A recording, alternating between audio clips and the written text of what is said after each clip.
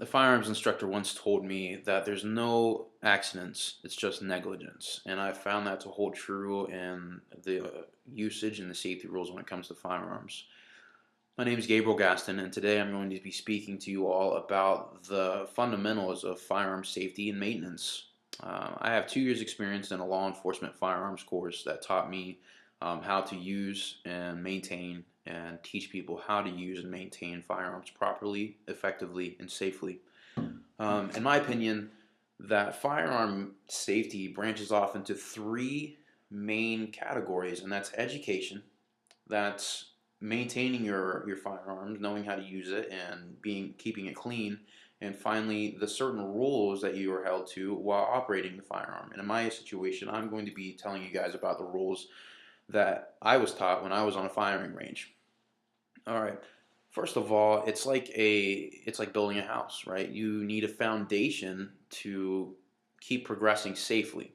And the foundation, I think, and according to Medline Plus, is education. Education of firearm safety is a very big factor when it comes to using them safely. And the first thing of education that you can find is the instruction manual of the firearm that you have. And this is my instruction manual of a pistol that I'll be showing you guys later.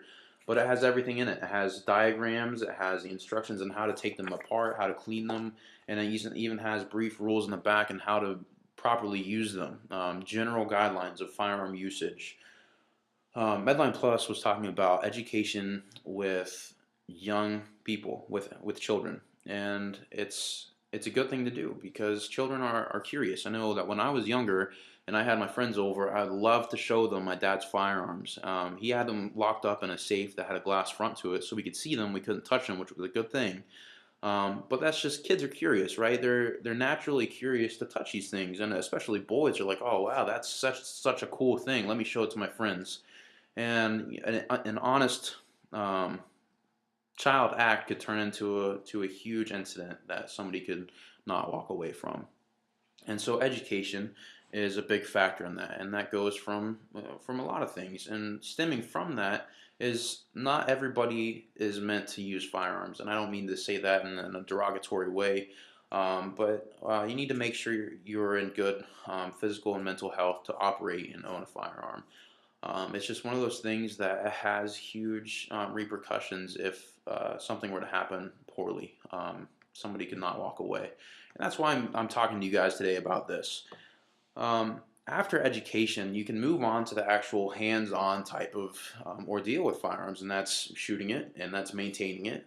But before you shoot it, you need to maintain it. And in my situation, when I buy a new firearm, I love to take it apart.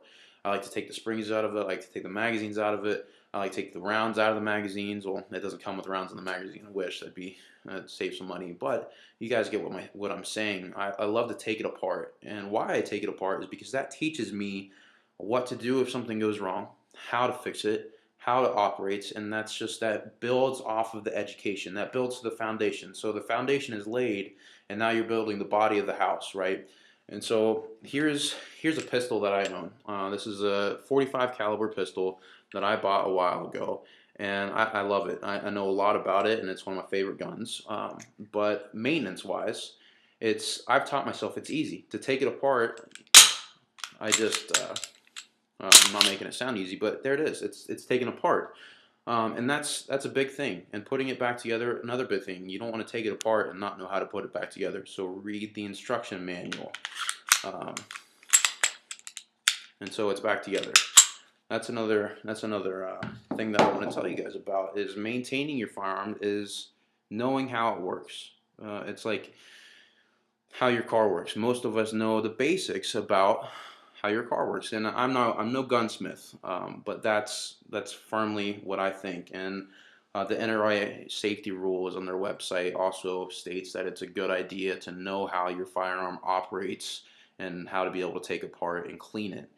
Cleaning is a huge thing when it comes to firearms because if you shoot it too much, it's building up carbon in the cylinder, in the barrel, the chamber, and it's just going to gunk up your firearm, and it's not going to be working very effectively, and that could cause a number amount of things. I have experienced a squib load from a firearm, and the round didn't feed in incorrectly. It popped, and about blew the gun up in my hand. That was years and years ago, and I've learned from that mistake because that was scary. I never want to go through that again. But when it comes to cleaning, you have your basic stuff. This is Rim Oil, and it's a lubricant that I use on my firearms to keep them clean. It takes off the carbon of the innards of the firearm to keep it nice and lubricated and clean. And if it's not lubricated and the pistons aren't working and the gas isn't cycling through, you're not going to have a very functioning firearm, right? So we've talked about education, we've talked about cleaning your firearm, and now we're on safety. And so safety is another big thing, and that goes from not pointing your firearm at everybody, and that's good. You don't want to do that. But things that you wear. So I've been around firearms, and I've shot guns with and without hearing protection, and a cheap hearing protection. This was $10, and this was probably the best hearing protection I have ever worn. And I don't hear very good to this day. And I'm a young guy, but I've been around firearms that have been shot without hearing protection, and my ears have rang for days. And it's just not a good thing to be doing. So, education, firearm cleanliness and safety, and hearing protection. Other safety rules. Another safety thing is making sure your magazine is properly fitted. It's the right one for the gun. You don't want to be taking a magazine for a 9mm handgun or pistol and putting it into a 545, which is what I have. This is the correct magazine. You can see there's one round in the magazine. This is a 45 round, but that's what is propelled out of the firearm when it's being shot.